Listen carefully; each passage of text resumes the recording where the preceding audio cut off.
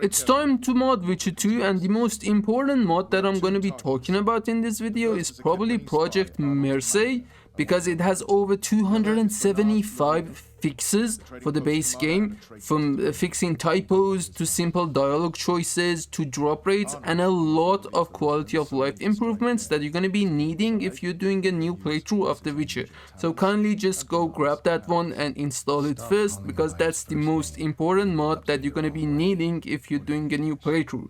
Then afterward, we're going to be talking about Extreme Vegetation. Witcher 2 itself is a pretty old game. It's a 2011 game, and back then the GPUs weren't that advanced and the draw distance is quite short. It's really close to the character and you can only see the vegetation up to probably 2 meters to Geralt, and it's really annoying. Like, you can see the vegetation pop in as you move through the fields. This one enhances the draw distance greatly, like 10 times more than the base game.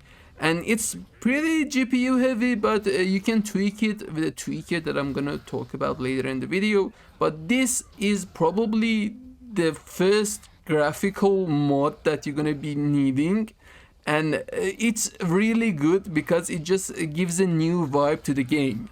Next, I'm going to be talking about inventory icons and journal upscaled. It basically upscales every icon in the UI because the base game has very low res ones inside it, even on 1080p. Like, it's very ugly to look at. Like, it's blurry and it's not quite right, and it always bugged me. Like, every time I was in the inventory, I was like, no, that's not gonna happen. So this is a must-have. After that, I'm gonna be talking about dynamic HUD. Basically, what it does is it gets rid of all of the UI elements that you don't need to have on your screen, and it gives a more immersive feel to the game. Like, I don't need my health bar shown to me when I'm taking a walk in Flotsam, or I'm in the camp, when I'm doing most of the RPG stuff. You only need those stuff in combat. Whenever you get an objective update, like whenever you get a new objective, it gets updated for a few seconds, then it disappears, and it only shows you the minimap and will bring up the health bar and everything else that you need only in combat. So it makes the game more immersive, then it's a must-have. Now that that's all over, let's talk about character models. The most important one is probably Hiuuz's The Witcher 3 shaved Geralt for The Witcher 2. That's a long title for a mod. And it's quite impressive. It imports the Witcher 3 look of Geralt to Witcher 2. And if you're looking for some continuity throughout your playthroughs, if you are playing from Witcher 1 to Witcher 3, getting ready for Witcher 4, this is something that you must install.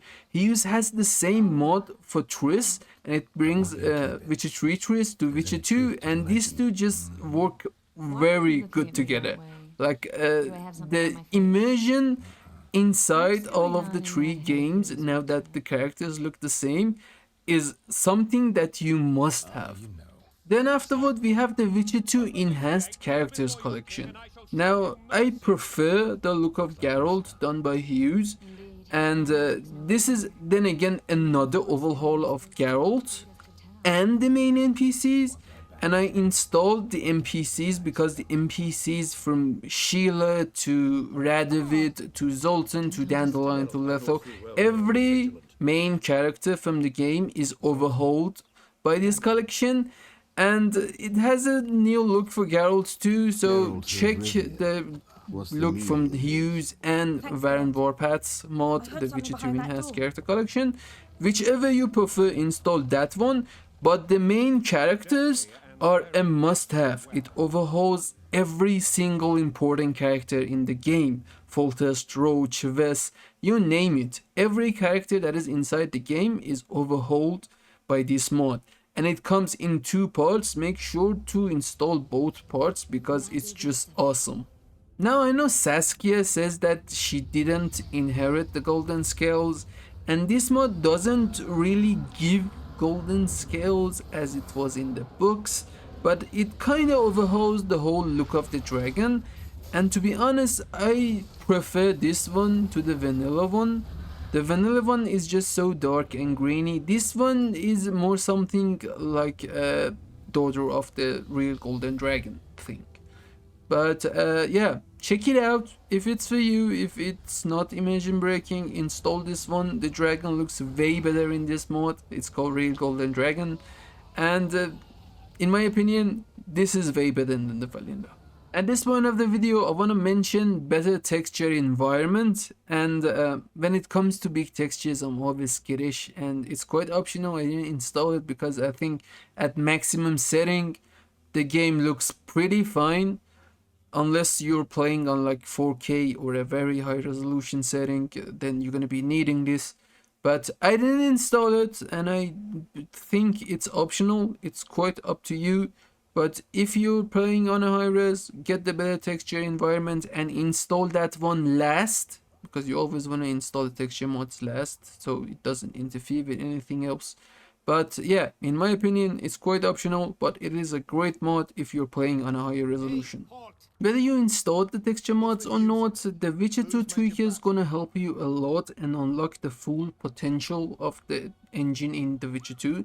Because the base main menu of the graphical settings are quite limited, and we have modern GPUs nowadays. We can push it to the maximum. Like even at the ultra setting of the base main menu, you can still tweak a lot of options to get a better experience, and the Witcher 2 Tweaker lets you do that.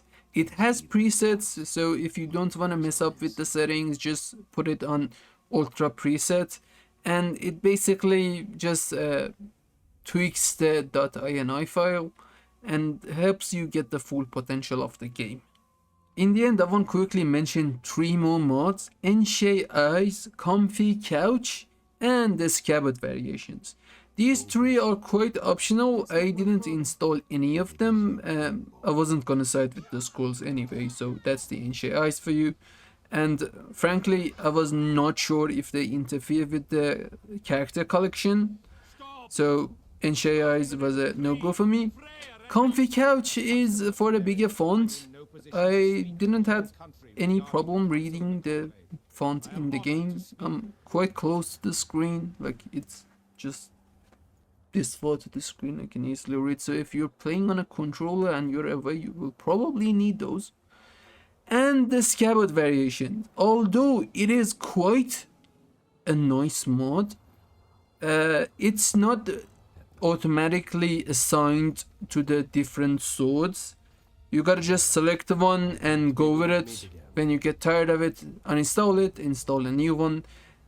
So I wasn't gonna go through the trouble of that, just mix and matching the scabbards to my swords throughout the playthrough, and I just skipped it. But if you like any of the new Scabbard Variations so much, get one of them and just roll with it. But yeah, these were the 3, these were everything that I thought was worth a mention when modding Witcher 2. I played through the entirety of the game on both Roach's path and Yorvet's path, and everything worked fine. The game crashed twice. Don't be that person that mods and just goes, "Oh, my game crashed." That's normal. That's quite normal to get a crash now and then. If you found the video helpful, leave a like or a comment down below, and well, as always, subscribing to the channel helps a lot. Bye bye.